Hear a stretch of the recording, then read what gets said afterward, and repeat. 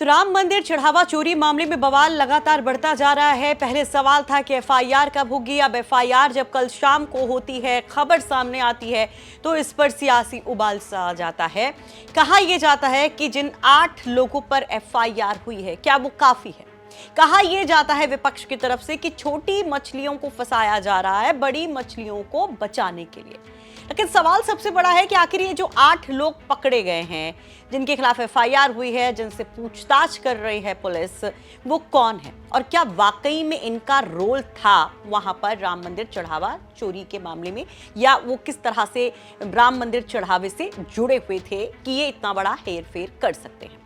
कई ऐसे किरदार हैं जिनके बारे में आप जानते होंगे और कई ऐसे किरदार हैं जो आपको चौंका देंगे। उनके परिजनों का भी एक अलग अलग बयान देखने को मिला, वो भी हम आपको जरूर बताएंगे। और किस तरह से ये कनेक्ट करते हैं ऊपर की कड़ियों को, वो भी समझना बहुत जरूरी है, क्योंकि ऊपर को ही हिट बार बार किया जा रहा है। क्योंकि जो ट्रस्ट के मेन पदाधिकारी हैं, जिसमें चंपत राय का नाम विपक्ष ले रहा है, जिसमें गोपाल राव का नाम ले रहा है, स्पेशली अनिल मिश्रा का, क्योंकि जो चढ़ावे से जुड़ा मामला था वो अनिल मिश्रा के अंदर आता था, वो कैसे यहां से बच जाते हैं इस एफआईआर से, उनका नाम क्यों नहीं होता है। खैर, जो एसआईटी की प्रारंभिक जांच है जिसके आधार पर यह एफआईआर दर्ज की गई है अयोध्या में, उसमें एक एक नाम को आप पहले देखिए और फिर समझिए कि क्या ये सारी चीजें हैं जिसे विपक्ष एक बड़ा खेल बताता है।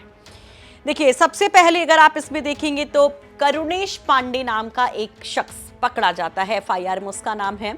करुणेश की अगर बात करें तो वो नोटों की गिनती करने वाला कर्मचारी है।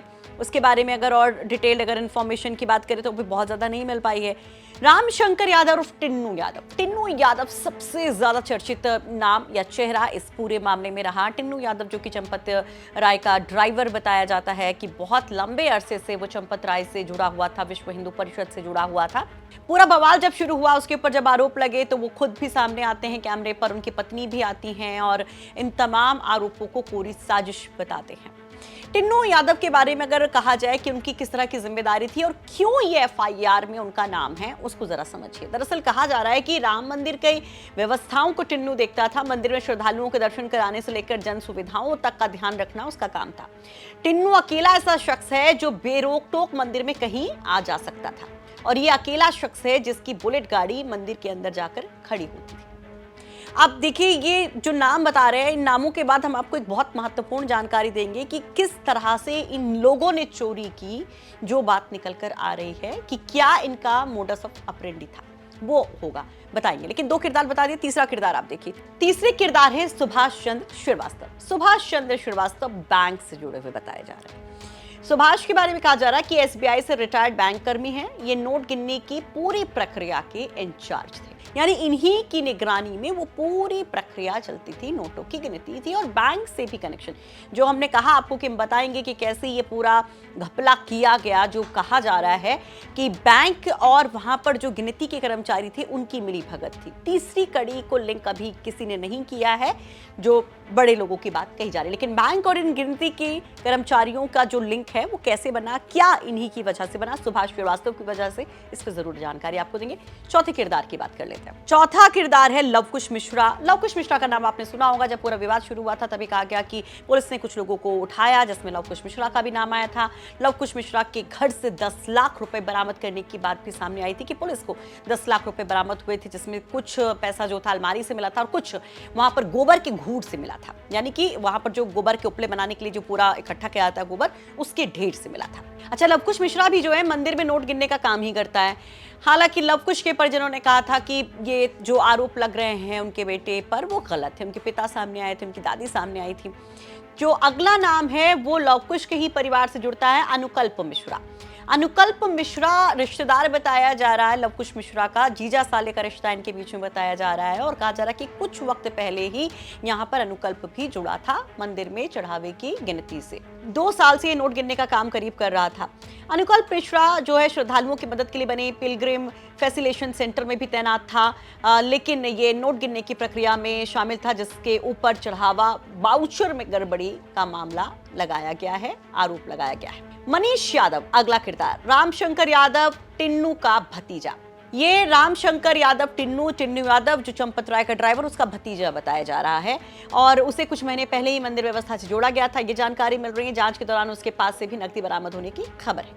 अविनाश शुक्ल ये भी गणना कार्य से जुड़ा कर्मचारी बताया जा रहा है और जांच के दौरान उसके खाते से लगभग 5 लाख रुपए की रिकवरी होने की बात भी सामने आई है। रामशंकर मिश्रा गणना टीम का ये भी सदस्य था और जांच में उसके पास से भी नकदी मिलने की बात कही जा रही है। अब ये कहा जा रहा है कि लोग जो नोटों की चोरी करते थे वो ऐसे करते थे कि बंडल बनाए जाते थे। ये लोग गिनती करते थे, गिनती करने के बाद नोटों के बंडल बनाते थे और उस बंडल में जैसे कि 100 नोटों का बंडल बनना है तो उसमें ये 10-20 नोट एक्स्ट्रा डाल देते थे।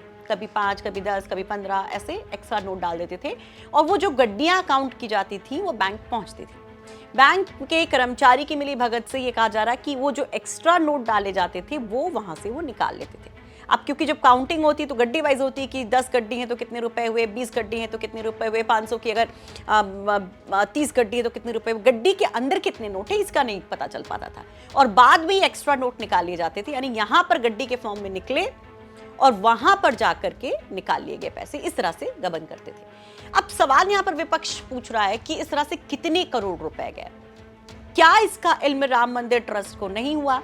सवाल ये भी उठ रहा है कि जो आभूषण थे सोने चांदी के वो कैसे चोरी हो गए और जब इस तरह से चोरी की क्रिया चल रही थी तो किसी को खबर कैसे नहीं लगी? बाकी जो बड़े पदाधिकारी थे वो क्या कर रहे थे?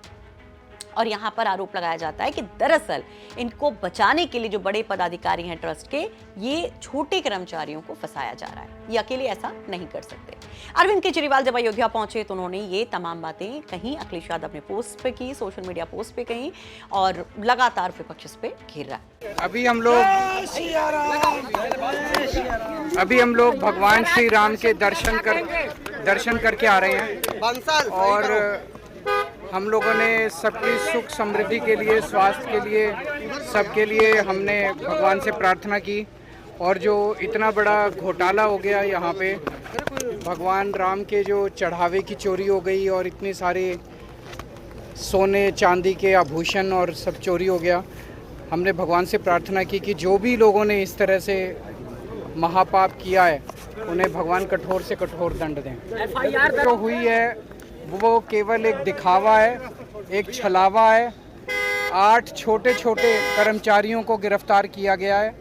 इतने दिनों से जो घोटाला चल रहा था, जाहिर तौर पे इतने दिनों से घोटाला कोई छोटे छोटे कर्मचारी नहीं कर रहे थे। इसके तार बहुत ऊपर तक जुड़े हुए हैं। बड़े लोगों को बचाने की कोशिश की जा रही है, छोटे लोगों के सर पे ठीकरा फोड़ा जा रहा है। आज फिलहाल जो अपडेट मिल रही है कि इन सभी आरोपियों से पूछताछ पुलिस कर रही है और जो पैसा है उसकी रिकवरी की कोशिश की जा रही है कि वो कैसे कैसे कहां पे डाला गया। लेकिन सबसे बड़ा सवाल ट्रस्ट के पदाधिकारियों को लेकर है, जिनको लेकर भी तमाम तरह की खबरें सोशल मीडिया पर चल रही हैं कि क्या चंपत राय, अनिल मिश्रा, गोपाल राव सरीखे जो बड़े चेहरे हैं जिनकी जिम्मेदारी थी कि वहां पर सब कुछ पारदर्शी हो, राम भक्तों को कोई दिक्कत ना हो और उनकी भावना भी वहां पर उसी तरह से दृढ़ता से जुड़ी रहे, उस चढ़ावे को जिस भाव से वो लेकर आए उसी तरह से भगवान को अर्पित किया जाए। वो अपनी जिम्मेदारी कैसे नहीं निभा पाए, कहां गलती हुई, क्या इसको लेकर भी कोई बड़ा एक्शन होगा? खबरें कल ये भी चली कि इनका इस्तीफा हो रहा है। चंपत राय ने इस्तीफा दे दिया, जिस पर गोपाल राव से जब हमारे सहयोगी ने बात की तो उन्होंने कुछ भी कहने से मना कर दिया, इनकार भी नहीं किया, खंडन भी नहीं किया। अब तमाम विश्व हिंदू परिषद के बड़े चेहरे भी सामने आ रहे हैं और इसको लेकर वो एक तरफ भरोसा जता रहे कि जांच में सब कुछ ठीक होगा, दूसरी तरफ वो अब ये भी इशारा कर रहे हैं कि शायद ट्रस्ट में एक बहुत बड़ा परिवर्तन हो सकता है और इन बड़े पदाधिकारियों को लेकर भी कोई बहुत बड़ी खबर कुछ ही घंटे के अंदर आ सकती है। आपको बता दें कि रिपोर्ट तैयार करने में हमारी मदद की है अयोध्या से हमारे सहयोगी मयंक शुक्ला ने।